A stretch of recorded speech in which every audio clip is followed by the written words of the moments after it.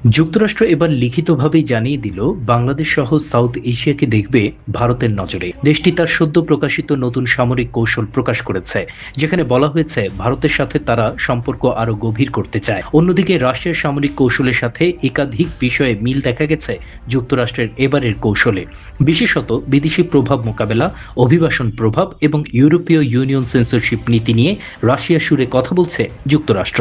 আর এ কারণেই এবারের এই নীতিকে রাশিয়া এবং ভারত দুই দেশই স্বাগত জানিয়েছে। অন্যদিকে বিগত ডেমোক্রেট সরকারের ডিপ স্টেট এজেন্ট ইউনুসের অমাবস্যার রাত শুরু। আন্তর্জাতিক বিশ্লেষকরা বলছেন, এমন সামরিক কৌশলের সব থেকে বড় বিপদে পড়তে যাচ্ছে ইউনুস। তার উপর থেকে সরে যাবে যুক্তরাষ্ট্রের হাত, একা হয়ে যাচ্ছে ষড়যন্ত্রকারী ইউনুস।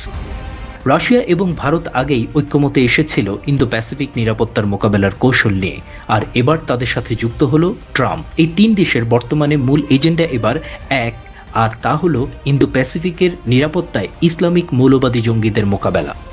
এমন বাস্তবতায় বাংলাদেশ তাদের স্ট্র্যাটেজিক পার্টনার, কিন্তু সম্প্রতি ইউনুসের নেতৃত্বে গর্জন দেয়া মৌলবাদীদের জন্য যে শেখ হাসিনা তথা আওয়ামী লীগই অ্যান্টিবায়োটিক ওষুধ, সে বিষয়েই মূলত ঐক্য হলো এই তিন পরাশক্তির।